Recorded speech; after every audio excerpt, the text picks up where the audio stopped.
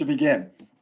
We're at session 6, the Golden Age of Byzantium, Baghdad, and Cordoba, which will switch us off the focus that we've had the last couple of weeks on Western Europe, even though in some summary comments at the end, I'll mention it again, and turn back looking at the eastern side of the Mediterranean. And in our first slide, since we're beginning with Byzantium, and I'm going to get my little annotation poker because I know you like to follow the bouncing ball here. The Golden Age of Byzantium. So we're basically looking at one of the major dynasties in Constantinople, the so-called Macedonian or Macedonian dynasty that goes from the mid-9th century up to the early 11th century. And a lot of the high culture that was produced within Byzantium, the Byzantine Empire, occurred under their watch.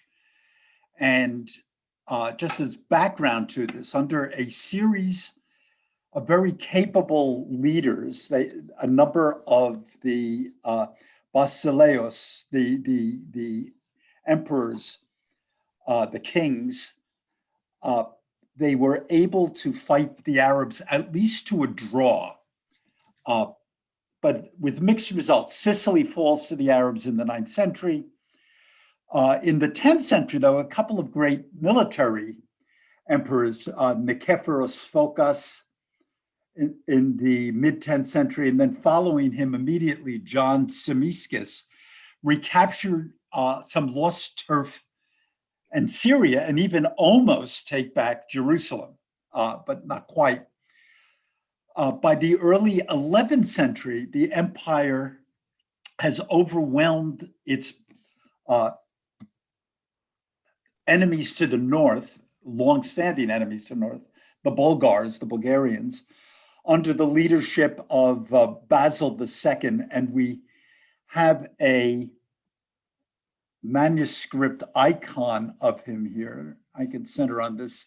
He's called Bulgaroktonos, the smasher or the slayer of the Bulgars. And this manuscript vision is taken from a book that he sponsored, the Menologion. And so you see him dutifully exalted with slaves at his feet.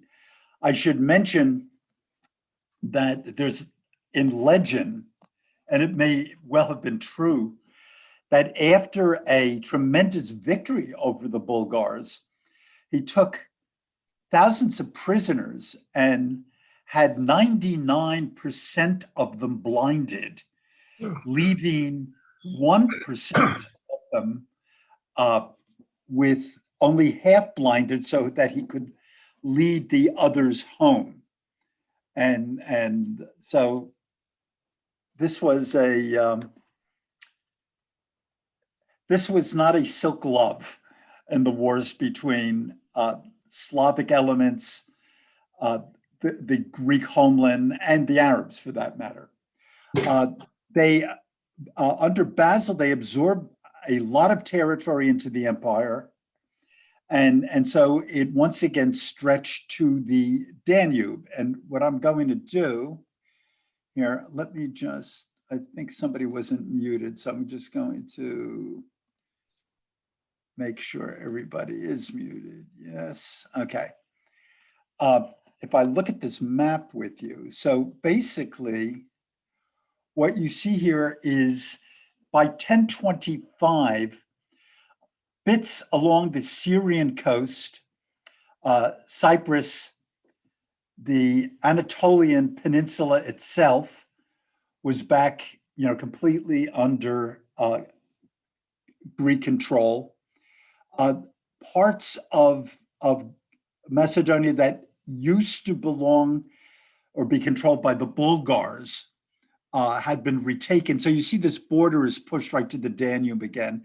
And elements of what will later become Serbia and Croatia are under their control. Southern Italy, pretty much, they've lost Sicily by this point, but southern Italy, what had been the Lombard holdings, except for Benevento, it's still held by Lombards, but Naples and Salerno and the like. Amalfi is still independent at this point along the Amalfi coast. So the empire is really at a high point, which will be reversed, as we will see, by 1100. But they have a moment in the sun under the Macedonian dynasty. So in this golden age, the city itself, Constantinople, probably reaches a population of 400,000. This is at a time when Rome may have recovered to 30 or 40,000, the city of Rome itself, and when places like in the year 1000, Paris could have been maybe 5,000, London maybe 5,000, maybe less. So it's by far the wealthiest city in Christendom, Constantinople. Trade with Western Europe has begun to revive because of the beginnings, the seeded beginnings in the late 10th, early 11th century of a recovery by the West. And we began to look at the recovery under feudalism last time. And in the next course, the course that will follow this one, which I'll talk about at the end of this session, we're going to begin by looking a bit at that recovery. But as I just said, by 1100, Byzantium, Constantinople would suffer losses. It would fall victim to Seljuk Turks in Anatolia, and it would fall victim, would lose southern Italy to Norman incursions in southern Italy. Somebody was asking what the major trade items would have been. They would have been luxury items. They would have been the sorts of things that you could get from Western Asia, artwork of a kind, silks, things like this. And they would have been imported primarily through the trading cities of northern Italy. So it would have been the Venetian trade business. It would have been Genoa, Pisa to some degree, and Florence, although they were inland, because they had the beginnings of a burgeoning banking system would have sponsored those kinds of imports. And what they would have traded back could have been anything from woolen goods, which would have been bought from Holland, the Benelux countries, or northern Italy itself, and raw materials. I mean, the West still wasn't generating lots of manufactured products of any kind, and any that were was because of the trading cities in Italy itself. But that's more in the province of where we're going to begin the next course. So the intellectual movements in this golden age in Constantinople, I want to emphasize right from the beginning, they were very much preservationist in spirit, more than creationist or innovative in spirit. So a famous movement called encyclopedism develops beginning with an emperor, Constantine the Seventh, and you see his extended name, his nickname, if you will, Porphyrogenitos, which would mean born to the purple. He was actually born to a concubine of the previous emperor, but was born in the royal chambers. So he was born to the purple. And he was known as the scholar emperor because he was a passionate book and manuscript collector and patron. And he himself was a fairly accomplished painter. We see a woodcut of him over here being crowned by Christ. And I don't know where this is taken from. I found it online. His reign becomes emblematic of the entire period. They'll often talk about the Constantinian encyclopedist movement. It's an attempt to organize all previous knowledge. You know, encyclopedia, from the Greek enkyklaios paideia, means the circle of learning. It means the intention, or it suggests the intention to gather everything that was known within one collected overview, one mind's eye, the eye of Mordor on a cultural sphere. This is a popular tendency in the late Roman Empire. It's a popular tendency in this period. It's a popular tendency in the humanist Renaissance in Italy in the 14th century and 15th centuries. And it becomes popular again in the 18th century when the French encyclopedists, Denis Diderot, etc., try to generate all knowledge gathered under a kind of systematized protocol. And of course, this is the period in the late 18th, early 19th century when Britannica begins its long haul. I bet, given the age median of this crowd, that we all remember encyclopedias in our houses when we were kids. Anyhow, in that period, in this period, a lot of these encyclopedias were intended to be manuals, how-to manuals. Let's gather everything there is to know about medicine in a book. Let's gather everything there is to know about military tactics in a book. So the Geoponica on agricultural pursuits, a book summing up everything that the late Romans and the Byzantines knew about agriculture. The Suda, an alphabetic lexicon, 30,000 entries, 30,000. The Bibliotheca, which literally means 10,000 books, of the great patriarch of Constantinople, Photius. Basically, the reviews of every book that he thinks, ancient and contemporary, is of significant value. It's an attempt at defining a canon of literature. And in the late Roman period, people like Simplicius in the 6th century, late 5th, early 6th century, were trying to do the same thing, with the sense that culture was perhaps in jeopardy, the traditional culture, the idea that we could save it all by gathering quotations, sections, and often in these manuals, they would be topically organized. So you would get things like the chapter on love, and here's what Plato says about it, and here's what Plotinus says about it, and here's what St. Augustine says about it, kind of thing, under those kinds of syntopic topics. The Basilica, the royal law, Basilios is king or emperor, so the royal laws. And it was an updating of Justinian's code. A book on tactics, the Tactica, a manual of Greek military tactics, written for one of the emperors at the very beginning of the military resurgence in Byzantium that held off the Muslim attempts to capture Constantinople.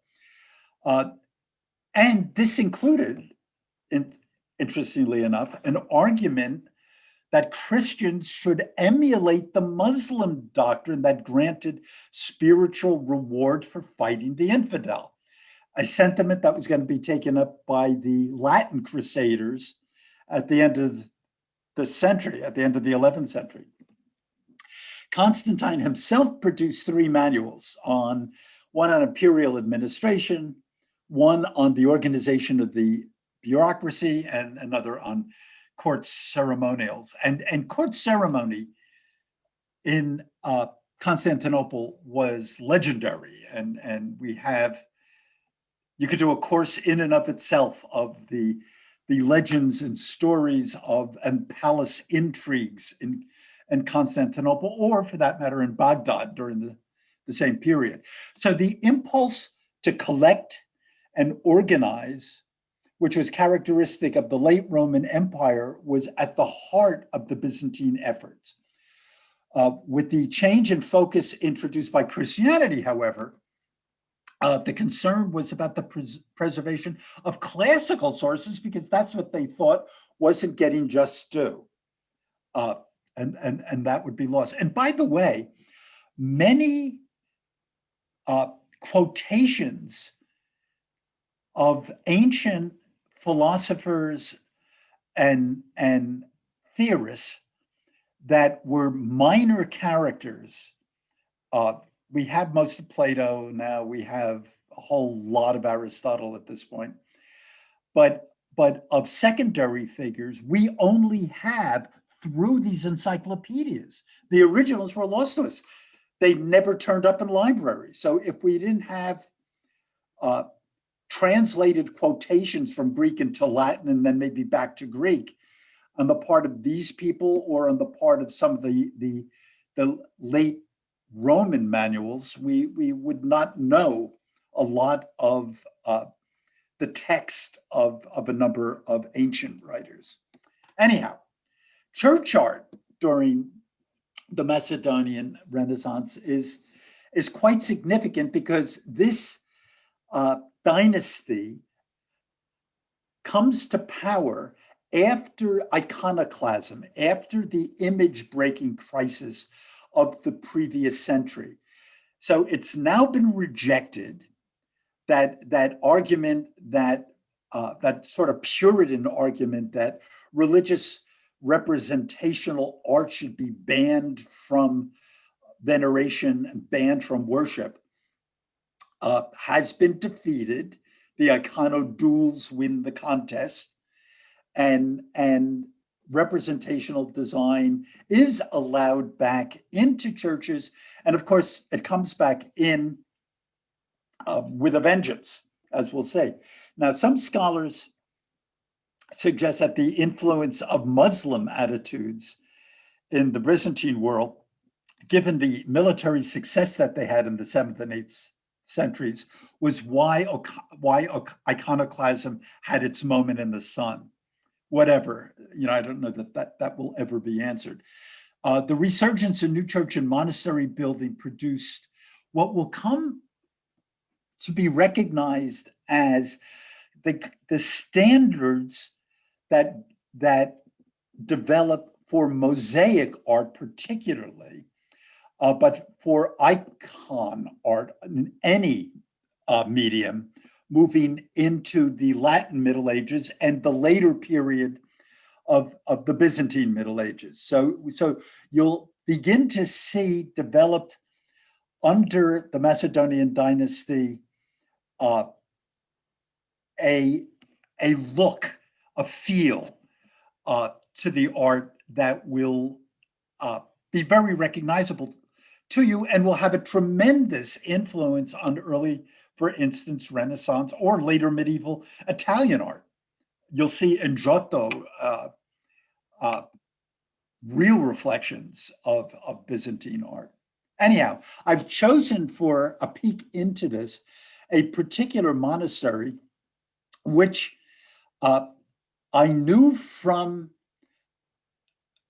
seeing research on it, and realized that 2 years ago, when my wife and I happened to be driving back from the Peloponnesus, we came and we're on the mainland of Greece. We probably were within 30 miles of this, and I didn't know it at the time, or I would have detoured out of the way. And now, as I look at the iconography, I'm kicking myself that I didn't get inside this place. Anyhow, it's the monastery of Joseos Lukas, the Venerable Luke, not Saint Luke of the Gospel, but a much younger Luke, as we'll see. Standard Byzantine exterior. And here is a glimpse into the Katholikon, which is the major church on the monastic site. A Katholikon means the big church. And this is, the whole place is a UNESCO World Heritage Site. And as you take a peek at this, you can certainly see why. The back of the, in front of the, I should say, of the main altar, the iconostasis, the standing wall of icons, Byzantine priests, Orthodox priests, at the point of the consecration, when the bread and wine in the Mass are turned into the body and blood of Christ, and the great moment of transubstantiation. Instead of it being done in front of the congregation, they go behind the screen, the icon screen. You know, in the Western Church in the Middle Ages, the priest with his back to the congregation would hover over the bread and wine and chant Hic est enim corpus meum, this is my body. Hoc est enim corpus sanguinis mei, this is the cup of my blood. From which, by the way, mumbled in a very low tone back to the congregation, is where the phrase develops in the Latin world of hocus pocus, from hoc est enim corpus meum, hoc est calix sanguinis meum. But in the Greek church, instead of saying it in front of the congregation and in a low voice, they go behind the screen, they visually hide it, but then sing out at the top of their lungs, this is my body, in Greek, etc. So stylistic differences. This is another shot of Joseos Lucas, the main church, again, and we can see right into that. And we have an immortalized woman walking through and taking a peek. And it just looks like a glorious building. I wish I had made it inside. And it was built, again, right smack dab in our period, which is why I chose it. So it's really early. Joseos Lucas, he's Luke of Steris, who lives into the mid-10th century, or AKA Luke the Younger. Here is a mosaic of him. And although the building is known as Joseos, or Venerable Lucas, you see here in Greek, and back of him, it says Hagios Lukos, Saint Luke. So he's already been canonized in this vision. He's a hermit. He founds the monastery. His relics at this place made this, in the Middle Ages, a major pilgrimage site. His prophecy that the empire would capture Crete made him a so-called, the Greeks had what they called military saints, their own version of the crusading saints, the ones who led them to victory. And again, we have a Christos Pantocrator, a Christ in glory as the messianic creator of the universe, not the suffering Christ, but the creator Christ, and the abbreviations, Jesus Christus, Jesus the Moshiach, the Christos means Messiah in Greek. And in one of the apses of the church, we have the, as you see here in the Greek, the Anastasis. This is Christ resurrected in glory. So it's the Christ being resurrected. And with who came that morning? Is it supposed to be Mary Magdalene? I forget who came to find her, or was it Mary and Martha, the sisters? Anyhow, the mosaic art of this period is just astonishing. And as I said before, the styles are the ones that they settle on, are the ones that endure into the great classical imagery of Byzantine icons and mosaic art that we've come to know and love. So this is of Dionysius the Areopagite. Dionysius was a 5th to 6th century Neoplatonic philosopher who was confused with a follower of St. Paul. So his Neoplatonic doctrine was often regarded as having almost gospel-like authority. So he's sainted by the church, even though that he was basically a Greek philosopher. I chose this one because the photo of this very much shows up the quality of the glasswork, the way they set the corona of the halo in a circular pattern, for instance. And from a different, not from the same monastery, but from another one on the island of Chios, the Neomoni monastery, the three Marys. So we have Mary the mother, we have the Magdalene, and we have Mary the friend of Mary and Martha. So the three Marys. And again, you see the astonishing quality of the glasswork.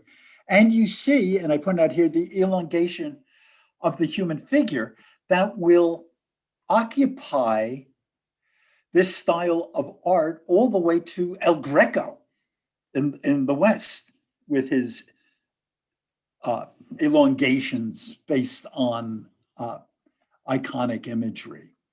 But it really is just breathtaking. And not to be outdone, the manuscript art of the period. This is from a psalter that was sponsored by, that means a collection of the Psalms, sponsored by Constantine, born to the purple. And these are just 2 pages of it. There are something like, I forget, it's something like a dozen to 15 images of this. You should look them up online. I just picked a couple. This is the reproach of Nathan, from Old Testament stories, the healing of Hezekiah. But look at the quality of realism, and they're not like manuscript illumination in the West at all. I mean, it's just something beyond, a cross between realistic painting, Roman wall art, and mosaic work. I mean, it sort of hints at, I mean, this face is something you could have found on an Egyptian wall of a saint in a wall painting from a couple hundred years earlier. I mean, it's just astonishing work. And from the Menologion, this is from the same book, from that picture of the exalted Basil II that we saw on that first slide. This is in the Vatican Library. And it's a picture of the martyrdom of an early Syrian saint and theologian, Ignatius of Antioch, who clearly was fed to the lions. And again, we have these wonderful Roman faces. And I call them Roman. Remember, the Greek word for themselves in this period is Romaios. They were the Romans, as they saw themselves. But here you have it. And a comment on icons. We think of icons as just, the encaustic painting on wood panels is sort of the traditional version. But in the late 8th century, at the Second Council of Nicaea, they made the statement, in arguing against iconoclasm, holy icons made of colors, pebbles, or any other material that is fit may be set in the holy churches of God, on holy utensils and vestments, on walls and boards, in houses and in streets. These may be icons of our Lord and God, the Savior Jesus Christ, or of our pure lady, the holy Theotokos, the God-bearer that is Mary, the mother of God, or of honorable angels or of any saint or holy man. And so just to suggest various media, I arbitrarily, the one on the left is from a very elaborate triptych, and this is a small section of one of the faces of the triptych. This thing is gigantic, and it's ivory. It's carved ivory, and it's, again, I have to stop using the word remarkable, but there it is. And this Saint Aretas in a ceramic icon, and of course here's Saint Nicholas as a painting on wood, sort of the more traditional stuff. The naturalism of religious iconography from this period would standardize subsequent Byzantine art, and as I said, have a tremendous influence on Italian painting in the 13th century. So, moving along to Baghdad in the same period. And the first thing I want to point out is that when the Abbasid caliphs came to power, when they displaced the Umayyads and chased them out of Damascus, and one Umayyad prince escapes and makes it to Spain and eventually builds up the emirate of Cordoba, the Abbasids, who were basically Asian, Persian in style, influence, mentality, built their new capital, Baghdad, in the heart of the former Persian Sassanid Empire. And Persian culture, Persian style, Persian intellectual life becomes very influential in the court and culture of Abbasid Baghdad. The scale of the caliphate, because now they've taken over an empire.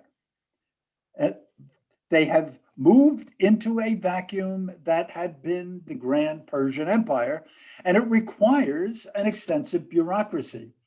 And the people who were educated, experienced, and equipped to staff the bureaucracy were Persians or other non-Arabs. Christians of the Nestorian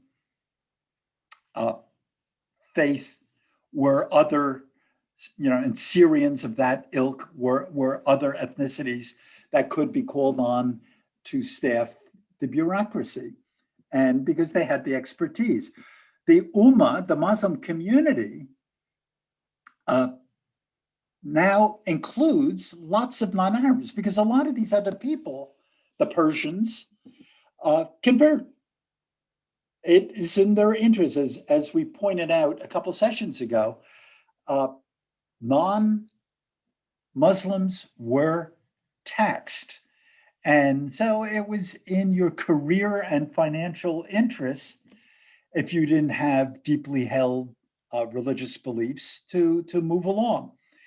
And so while there were significant numbers of Christian communities throughout this corner of the Arab world, so Baghdad always had a major Christian population of former Nestorians, the Church of the East, as they would call themselves. You don't have huge Zoroastrian communities left over, not in the same numbers. And so I don't think Zoroastrianism had as much of a hold on Persian religious sensibilities, and Islam, as a mature ethic, had its attractions, and it certainly had career attractions. So Persian customs and styles were adopted by a ruling elite. Persian cosmopolitanism. Now remember, Persia itself was a polyglot, multilingual, multi-ethnic empire. So it was by definition already cosmopolitan. Now you add in this Arab overlay, and you've just further complexified the culture. And so what dominates is this cosmopolitanism. It serves as an inspiration for the acceptance of other high cultural languages, Aramaic, Syriac, Greek. So everything sort of becomes acceptable at the schools and at the Persian court.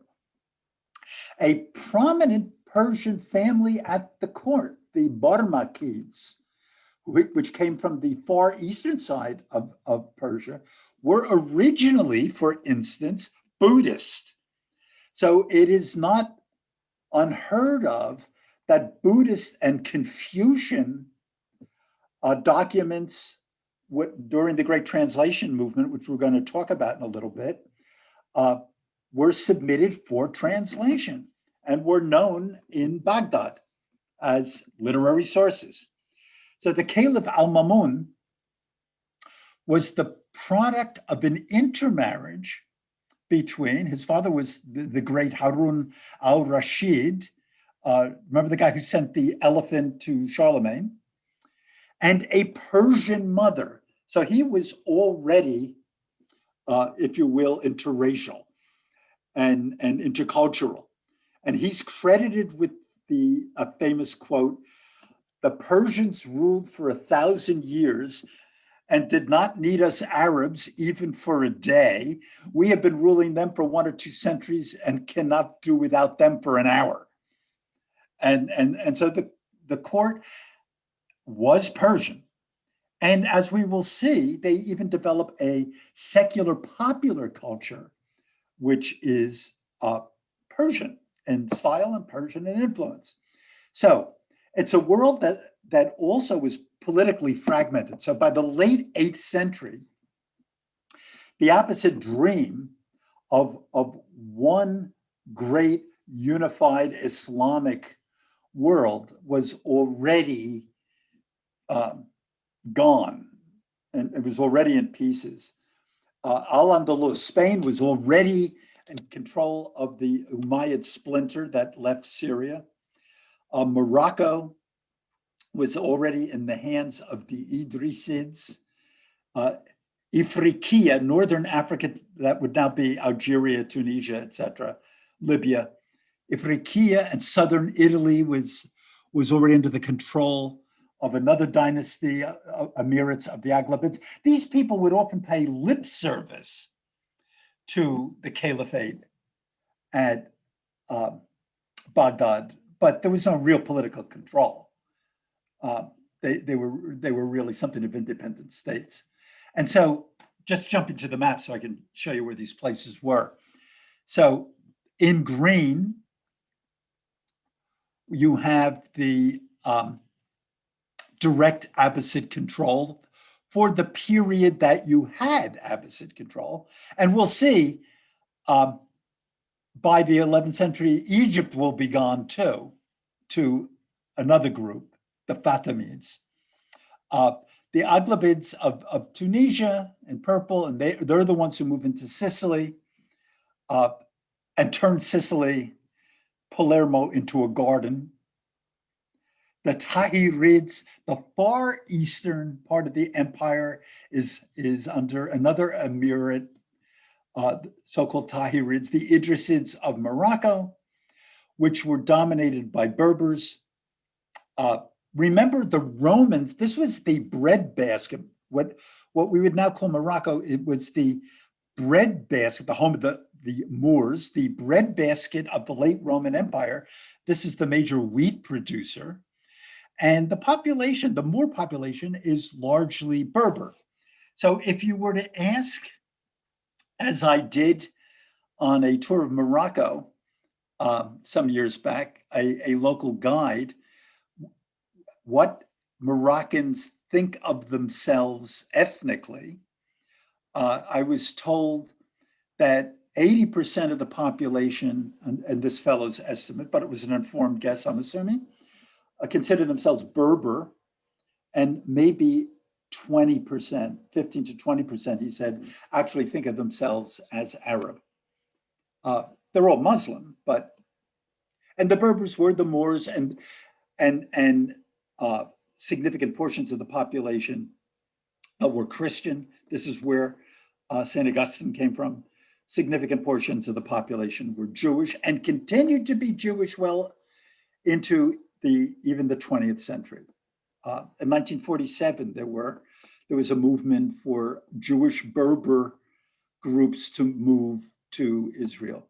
And in red, it's the Umayyad Emirate that we can see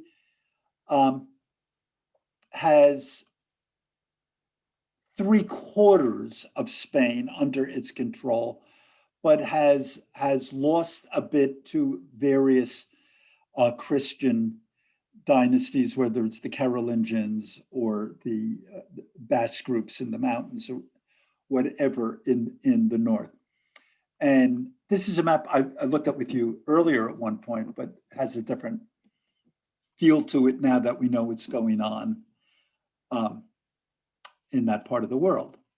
So from the 8th to the 11th centuries, there is a cultural renaissance in the Abbasid Caliphate, as there was under the Macedonian dynasty in Byzantium. However, I want to point out this golden age, this cultural renaissance was generative of serious new thought.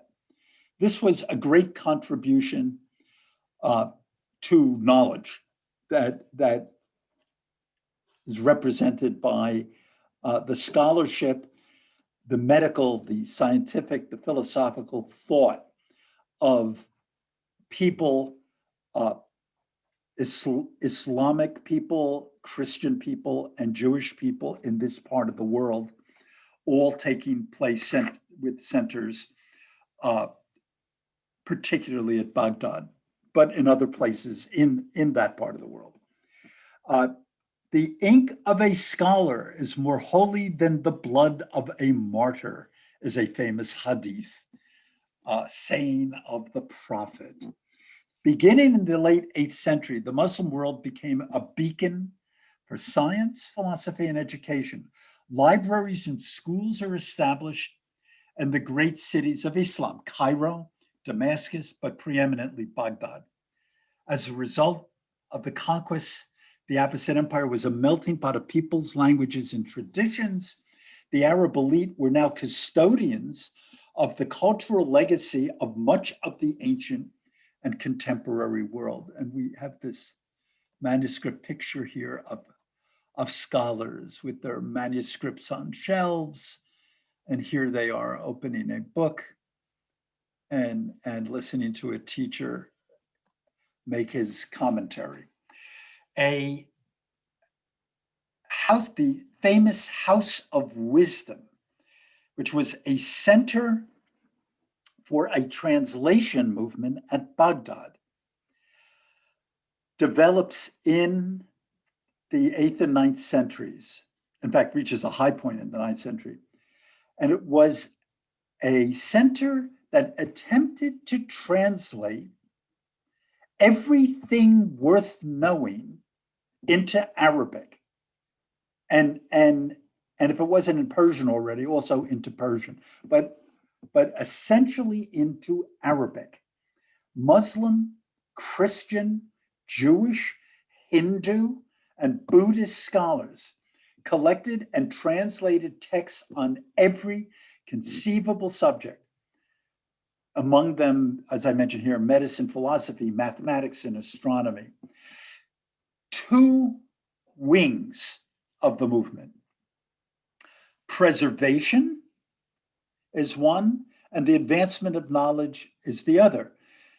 Now, preservation, remember, this is Western Asia after the conquest of Alexander the Great in the 320s BC, or before the Common Era, made Greek, since the Greeks were the only empire in that corner of the universe that had a literature that included scientific and philosophical texts. Greek became the kind of lingua franca of the intellectual class of that part of the world. Greek became the curriculum of the so-called Hellenistic world, from Egypt to Central Asia. And the study was done largely in Greek for a number of centuries. Come Persian, the Persian universe, and come the Arab conquest of the Persian universe, there are still lots of the classical texts that had never made it into either Persian or Arabic. And it's easier to get the works translated than it is for the Arab-speaking universe, since this is now the lingua franca of a new empire, Arabic, to have them translated rather than have people learn those languages. So the main thrust of the movement was, let's get these guys, these Greeks were on to some cutting edge work. Let's get it into our language so we can benefit from this. And benefit from it, not just to keep as in Constantinople, it would have been, let's keep our ancient tradition alive. There was a kind of reverence or piety for their own forefathers. These weren't the forefathers in Asia. They wanted it because it would be useful to further their own science and philosophy and other forms of thought. So Arab scholars in this period were innovators. And for 3 centuries, many of the breakthroughs in math, natural science, and philosophy were done by Arabs. So comments on the translation movement.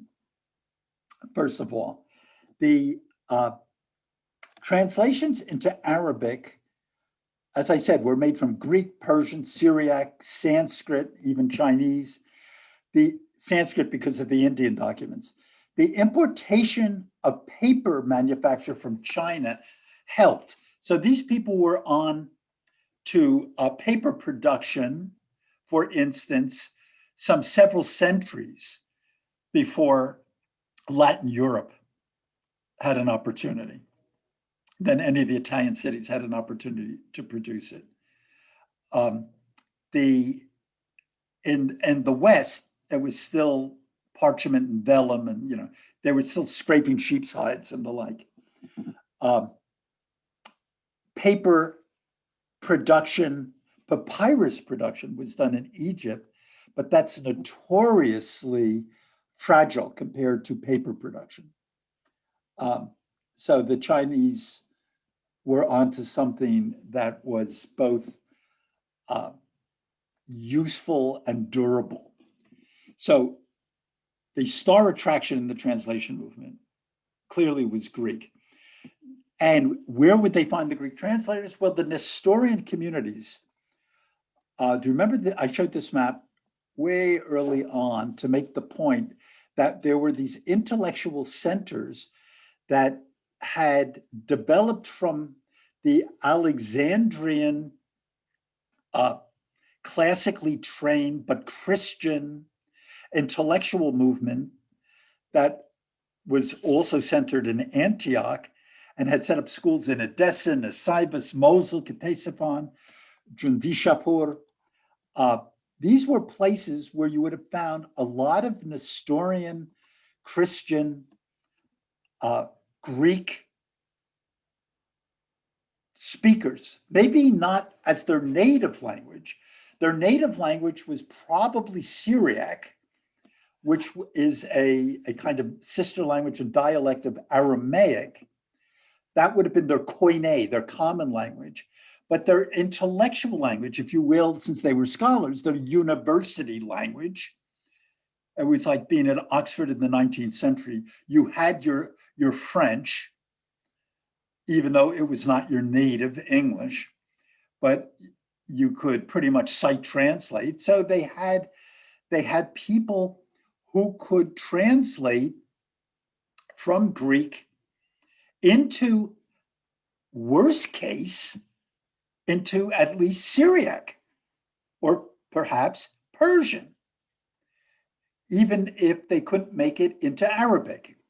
um, because they hadn't yet in those communities become really fluent in Arabic. So the famous Hunayn ibn Ishaku, I mentioned here, here's a little picture of him in a manuscript. There he is doing his book on medicine. The so-called Sheikh of the translators, lived entirely in the 9th century, was an Nestorian Christian who did have all 4 languages. He had Greek, Syriac, Persian, and Arabic. And I want to point out that no 2 of those languages is in the same family, the same root family group. This guy learned and learned really well 4 radically different languages. And he was himself a translator of Plato, Aristotle, Galen's medical texts, and the Bible. He develops a 2-step method, I think I've mentioned this before, that became the model for use in the House of Wisdom. You line up everybody who has at least the source language of documents you're interested in. And they invariably have a second language, a Koine, a Demotic language, their popular speaking language, and that may be Syriac, and it may be Persian, or in very few cases, it may even be Arabic, but usually not. And so first you get that group of people to translate from the source document, Chinese into Persian, or Greek into Syriac. And then you find a whole bunch of guys who are fluent in Arabic and who have learned one of the other Demotic languages. So there would have been a lot of these people who you could have taken right from the bureaucracy, people who spoke Persian and Arabic, for instance, or Nestorians who spoke Syriac, who weren't scholars, but they spoke Syriac and Arabic. Syriac, their Nestorian language, and Arabic, their new cultural language. And so the deep scholars might have been translating from Greek into Syriac, but then you could get these other guys to do the second step from Syriac into Arabic. And as I say here, a few translators had command of both Arabic and Greek. And we'll talk about in the next course, later on, all these Arabic documents of Greek sources will get translated in Cordoba again, or in Palermo at the Arab courts. But again, they will be using a 2-step translation. But in that case, the first wave will be going from Arabic into one of the, if we're in Cordoba, one of the Romance dialects, the sort of pre-Spanish Romantic languages that would have been spoken popularly by Christians who were living under the emirate in Cordoba. And then there would be others who knew Latin and the Romance language, Christians coming from Northern Europe to the school of translators in the Spanish cities. And they would then translate from the Romance language into Latin, and then they would bring the documents back up to England, to France, to the University of Paris, and say, guess what I've got here? I've got Aristotle, first translated from Greek into Arabic in 2 steps, then translated from Arabic into Latin in 2 steps. And so the early access that the Latin university professors in the 12th century had were to Aristotle and Plato, for the most part, were translations coming from Arabic, either from Toledo or from Cordoba or from Palermo, depending what the documents were. And that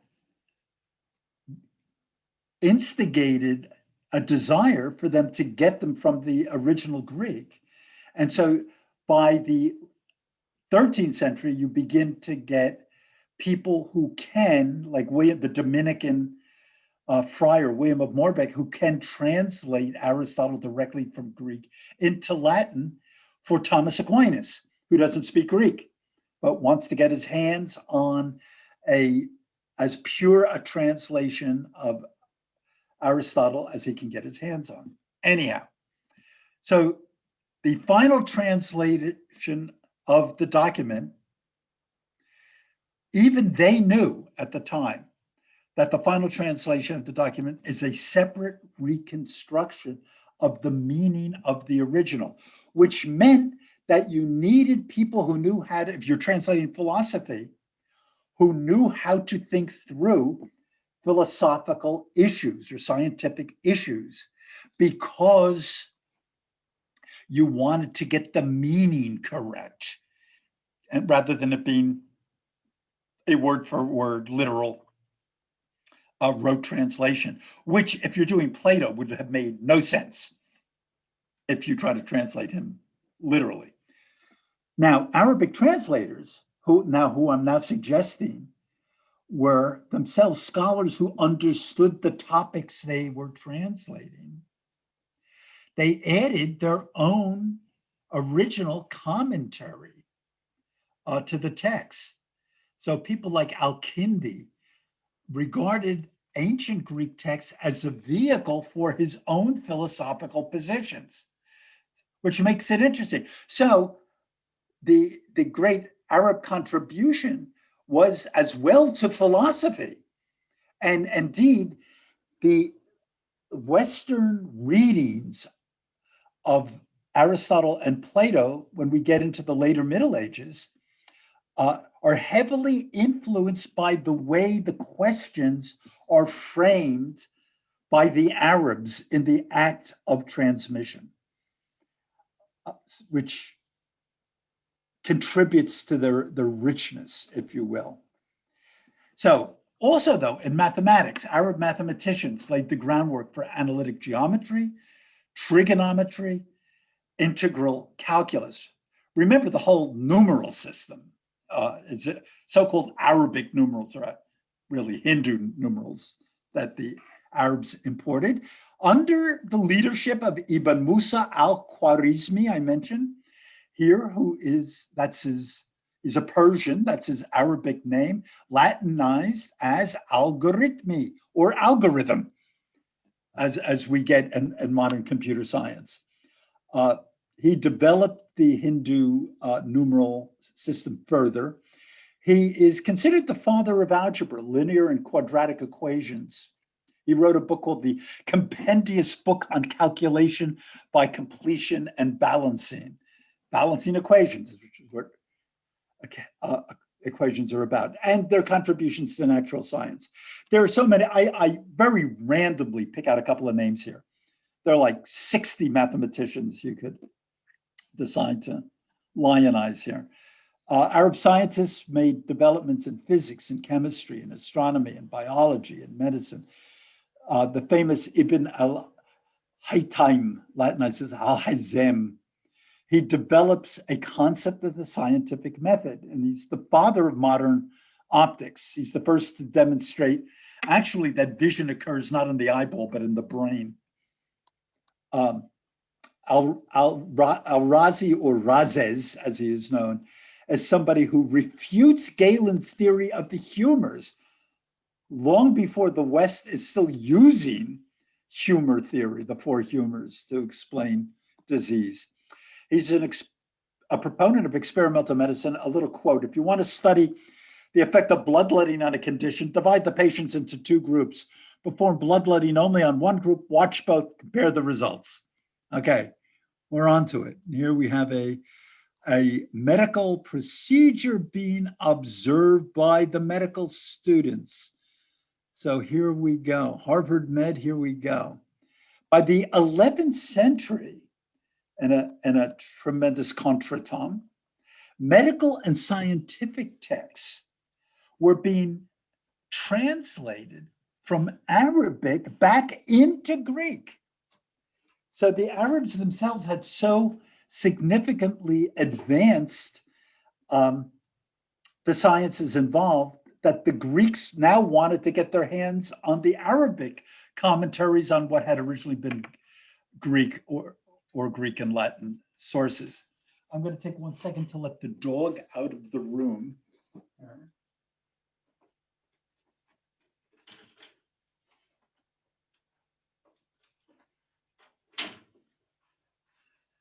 I can't take the scratching at the door.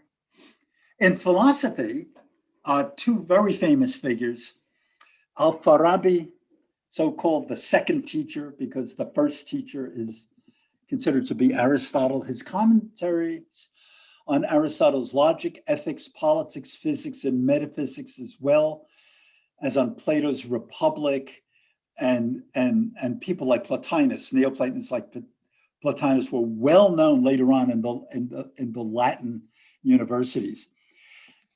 What's most important, though, is that he develops theories of God and the universe, God causation, the creation of the universe, in a way that accomplishes what some of the fathers of the earlier church in the late Roman period tried to accomplish. Greek philosophy is fully and elaborately integrated with revelation. In other words, he was trying to build a consensus of what scientific thought and what revelation yield as sources of knowledge in a theory that they would not contradict each other, a consensus vision, that you could integrate the two universes into one enterprise, which is what later on Aquinas tries to do again at the University of Paris. We'll talk about it in the next course. And people like Augustine did in the 4th century. One of his teachers was a Christian, a priest, Johanna bin Haylan, who was from the Alexandrian philosophical tradition that had migrated into Persian. And so presumably Al-Farabi had been introduced by Johanna bin Haylan into certain Christian theologians and their attempts to do the same thing. So he's becomes a bridge to the later medieval Aristotelians, like the great Jewish philosopher Moshe ben Maimonides, and Thomas Aquinas, the great obese Neapolitan genius. And then the second grand philosopher of this period in the Arab world is Ibn Sina, the great, as he was later known in the West as Avicenna, who is a total polymath. He's one of those people who memorizes the Quran by the age of 10. He studies law, medicine, philosophy. He writes in Arabic and in Persian and translates from Greek, so he knows all those languages. His analysis of the Aristotelian concepts of essence versus existence and necessity versus contingency had immense influence on later European philosophy. And on the side, he manages to complete a 5-volume medical encyclopedia, the so-called Canon Medicine, which is and was a standard text in both the Islamic world and in Europe until the 18th century. I show a little manuscript page of it over here. Arabic translations, commentaries, and original thought from this period really were a gold mine for Western culture when it re-established its intellectual footing in the 12th century. So when the Latin West decides to catch up with the rest of the universe, a lot of that catching up is rooted in Arab translations, commentaries, and new thought in that period. But not to be outdone with intellectual traditions, they also developed a popular literature. And for this, while there were many ways I could have taken this part of the discussion and the limited amount of time I had The one you might be most familiar with is 1001 Nights, the Arabian Nights, which you may think of as a Persian story, because indeed it is a Persian story, but it's a Persian Arabic story. It's begun in the opposite period. It's a collection of folk tales, an Arabic collection of folk tales that have precedence from several centuries earlier, that were some from Persian, some from Arabic, some from Egyptian, and some from Indian roots. And all these were wedded together in this period, and what became an ongoing saga. It's a book that became the never-ending book of tales, specifically because it's a framed story, which is a story that you use to tell other stories within the story. So it's like Chaucer or the Decameron, where you start telling a story and then people get to tell their stories within that story. So this one is from a Persian source. 1,000 Tales was the sort of the original idea of the frame story. And it was maybe based, nobody's sure of this, on Indian predecessors. Many things seem to have been based on Indian predecessors, but we know much less about the Indian sources, just like we do know less about their sources for chess and things like that. So the frame story of 1001 Nights centers on a Sassanid king, Shahryar, who's told stories by his wife Scheherazade. Now, Shahryar was betrayed by his first wife, so he doesn't trust women anymore. And as a result, he takes new wives every night for 3 years and has them executed in the morning. So he decides that he's going to live it up with somebody new each night and off with their heads the next morning. Then there's a new wife. Finally, he marries the clever Scheherazade, who for 1001 nights tells him a story. Each night she stops the story at dawn with a cliffhanger. Remember the cliffhanger newsreels that we used to be shown and that accompanied the movies, the double feature when we were kids? You'd go to the movies and there'd always be those little serials, thereby forcing him to keep her alive for another day so he could get on with the story. He wanted to find out how the thing turns out. After she exhausts her repertoire, 1001 stories, the Shah's heart has been melted. He's in love with Scheherazade. They live happily ever after. So all those secondary stories, Aladdin and the Lamp, Ali Baba, Sinbad the Sailor, Hussein, all the various genies in the lamp, the jinns, magical marvels, flying carpets, all sorts have been treasured for centuries and are reflected in Western art and in Western literary art, all the way through the Middle Ages, even into the 19th century. And, Disney makes movies about these guys and it never ends. Bel canto operas about these people.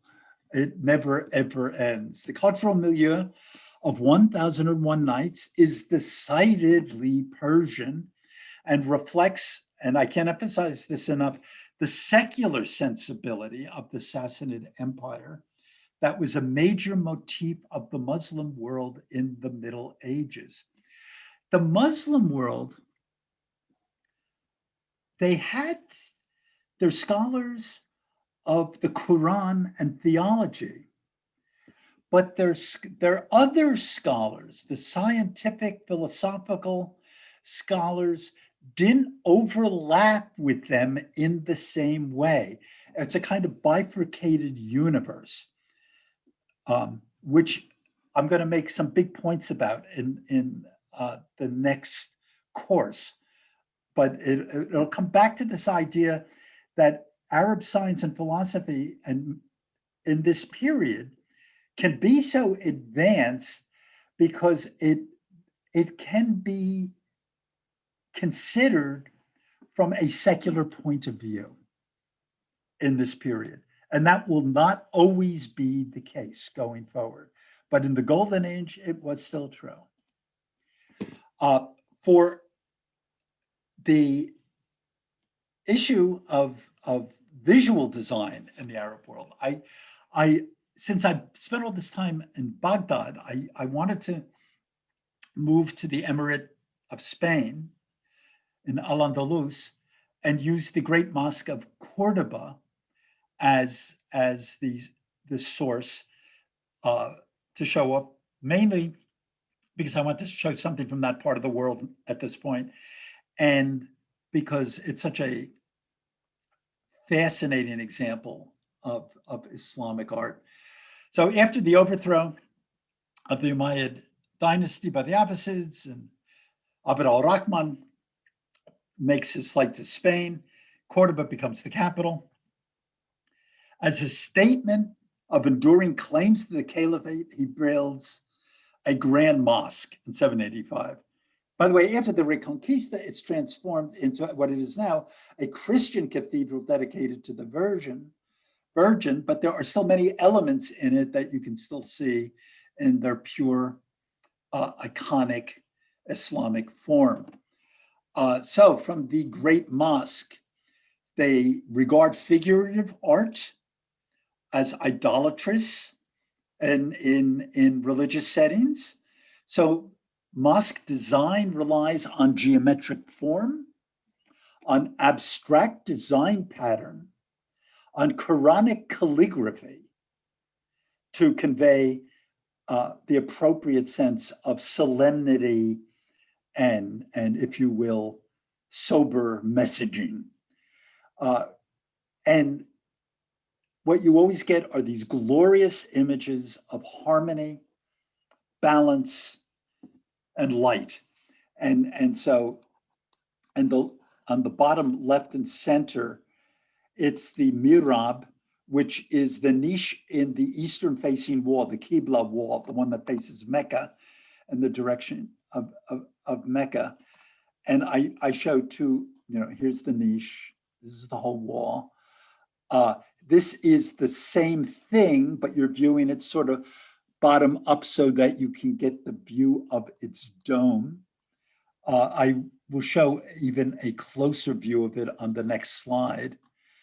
And of course, in the prayer hall, you get all these double-tiered columns or double-tiered arches on columns, these spectacular, this forest of balance and light. So really quite glorious.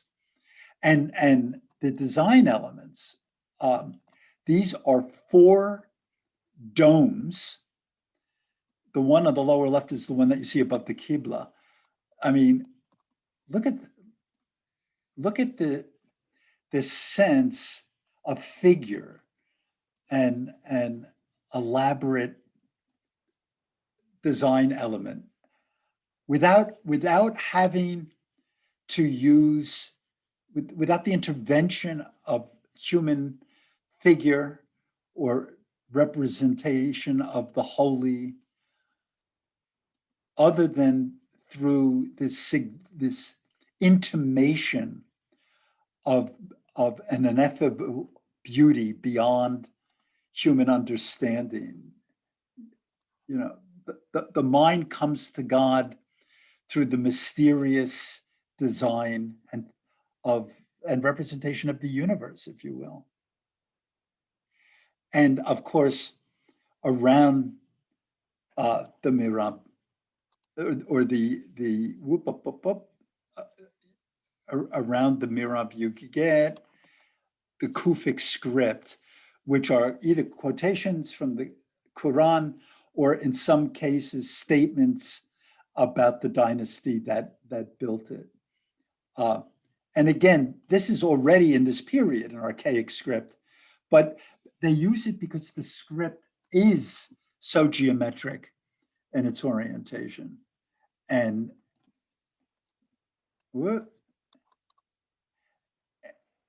you get, in effect, it fits with the the leaf designs that you see above and below it, and just the fractals that they seem to have been onto in this kind of design. Anyhow, well, we only have about 10 minutes. By the 10th century, the Turks, Muslim Turks, have moved into that part of the world. A weakened Abbasid dynasty has ceded control of Egypt to the Fatimids, that's down here, which, and in Persia, the Buyids, both of them Shiite groups. In the 11th century, a Turkish dynasty, the Seljuks, moved from Central Asia, the so-called steppes, and they reunified the Eastern Islamic world by conquering the Buyids, taking Baghdad, and really pushing into Anatolia, the Anatolian Peninsula. I mean, they really again threaten Constantinople, and they take Syria and they move into Western Arabian Peninsula. And by this point, the Byzantine Empire, as you see, they lose this little light orange bit to Hungary in the 11th century, and this to the Arabs by the end of the 11th century. So they're really reduced to a section of Anatolia, what was mainland Greece, and a little bit into the Caucasus, the Peloponnesus, some of the islands. And they will be fighting defensively. After 1071, they lose a famous battle. They lose a battle to, in fact, the king, the emperor, is captured. The Byzantine army is crushed by the Sultan Alp Arslan, by one of those battles that really defines a moment in history, because after this point, the Byzantine Empire will be just fighting for its losing ground and fighting for its limited survival for the next 400 years, until in 1453, the last vestige collapses. So by 1080, much of Anatolia is lost. The Seljuks are highly Persianized, and their sultanate will always reflect that style. So when finally Anatolia is fully Persianized, is fully, I should say, Turkized under the Ottomans later on, it will be with a style of sultan and court that will look like the Persian capitals of the Abbasids. And of course, the Holy Land, and this little note down here, is under Muslim control, and this will precipitate the call for the First Crusade, which will happen in 1096. So from Syria to India, Iranian culture is going to dominate medieval Islamic culture. Okay? That's not going to be true in the far west, but I'm leaving that till the next class. And then our final slide. So we end our 6 sessions with a final peek at the 3 zones that we've been considering throughout these 6 classes.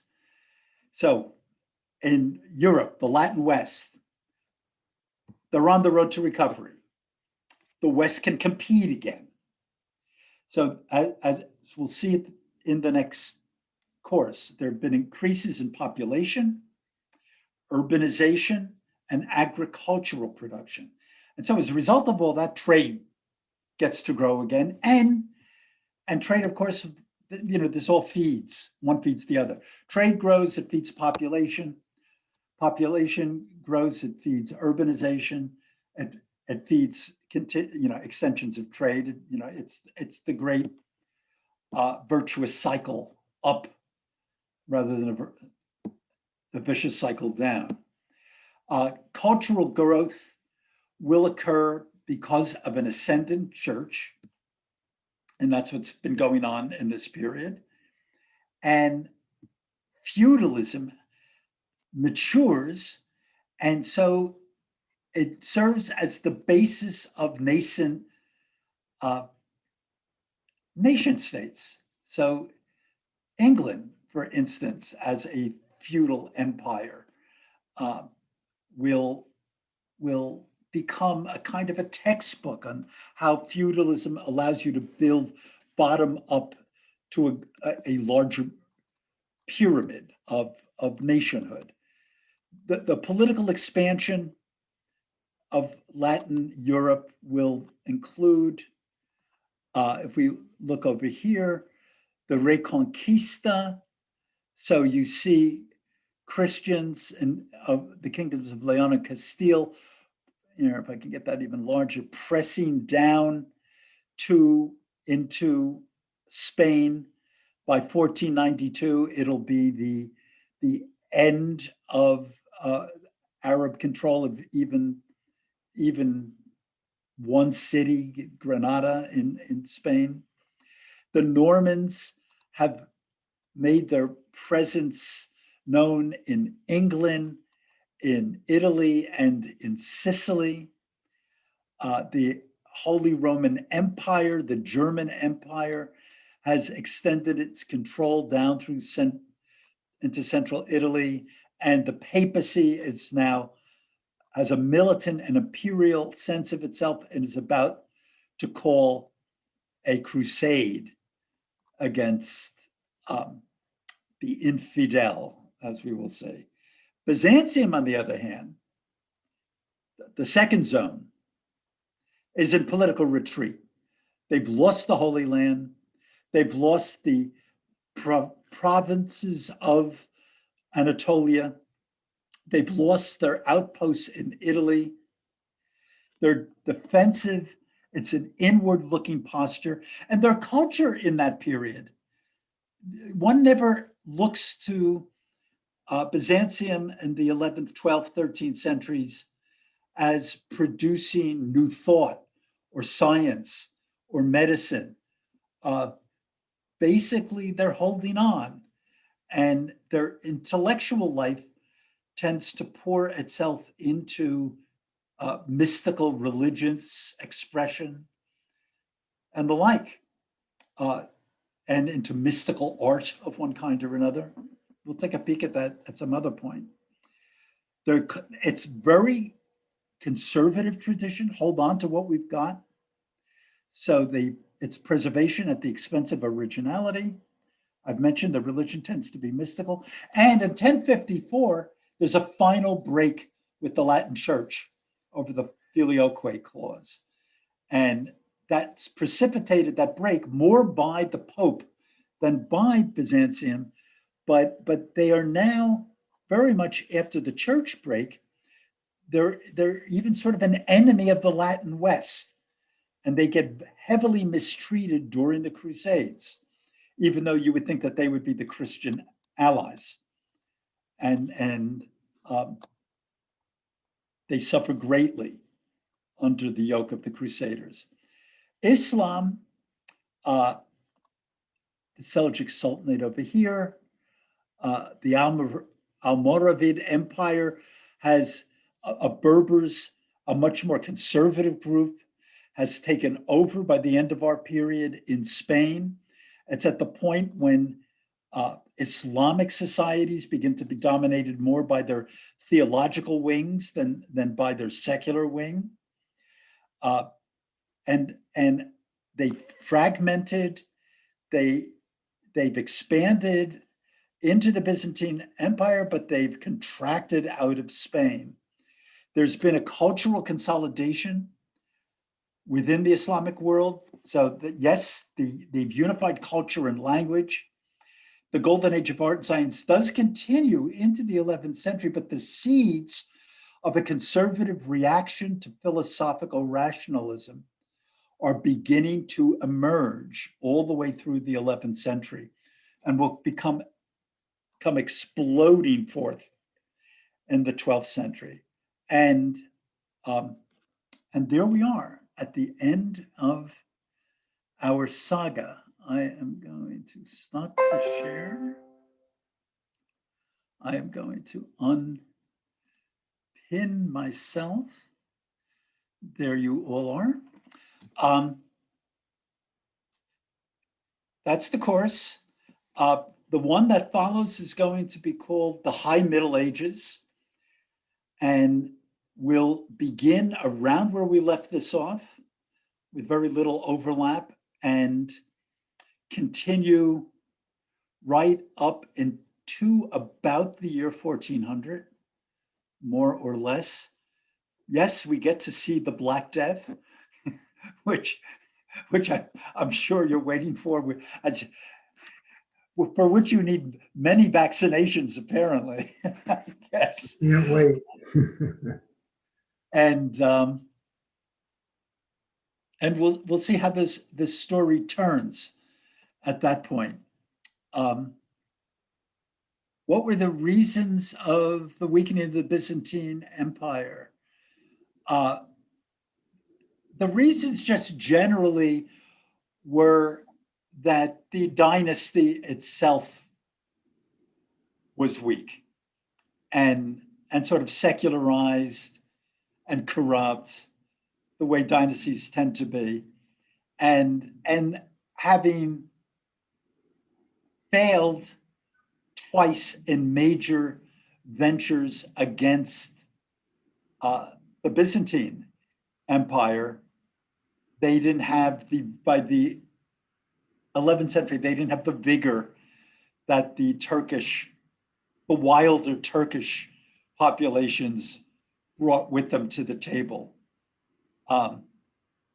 Just like, interestingly enough, we think of the Turks from the 11th to the 16th century as being very militant, very vigorous, very culturally imperialist. But then we think of the Ottomans of the 17th, 18th and 19th century as being this weakened sort of political shell that the Western powers and Russia got to play with as a pawn later on. So Lou, you're saying that the Central Asian Seljuks just took advantage of the fact that the Byzantine Empire was weak? Yeah. Okay. Empires, they had very little control over many areas that you would call Muslim by the time the Seljuks came in. They really didn't control that eastern part of the world very well. Mm-hmm. Yes, they controlled Syria, but they, under their rule, the Eastern Mediterranean elements that they controlled were weakened. Early on, they put their eggs in the basket of Iraq and Iran, the Persian central areas. And so what could have been Egypt and Syria, that were powerhouses in the ancient world, became second-rate centers of the universe under their control. Mm-hmm. By the time we get to the 11th century. Mm-hmm. You go to areas, even now, you go to areas, you visit Morocco and you say, let me see, this was one of the power centers of the late Roman world for 200 or 300 years. What happened? You see that waxing and waning of places. Like Detroit. Yeah, right. Or maybe like the United States in general terms over the next 50 years. We'll see. We'll see what happens. Anyhow, they've had trouble, as I mentioned at the beginning, getting videos online the last week or two that may have been tied to Katie York's departing leadership of Miele. And I've been in contact with Michelle who's running the program right now, to see about that and see if she can get the video person to do the editing and get them up on the YouTube site. So anybody who missed any of these or wants to see any of these, I like having a library of all the sessions in one place in those playlists, and they are there for the other classes. But this next course will begin, I believe, April 20th. There'll be a registration in a couple of weeks before then. You'll get notified by Miele. And we'll do it through the spring. So it's late April through May. I think the last session is scheduled for my birthday, which will keep me from thinking about how old I am. Thank you very much. When is your birthday? What date is your birthday? The 25th of May. Mine's the 29th. Great minds, Harold. Hello, Gemini. Our mothers had great minds. Or nothing to do during the winter. Yeah, exactly. Those long, cold winters. Anyhow, it's been fun. I'll see. Great. Thank you very much. Okay. And I'll send the PDF of the cumulative PDF of the whole course will come out again. I'll send it out later today. Okay, thanks a lot. Thanks for attending. See you guys. Bye. Bye.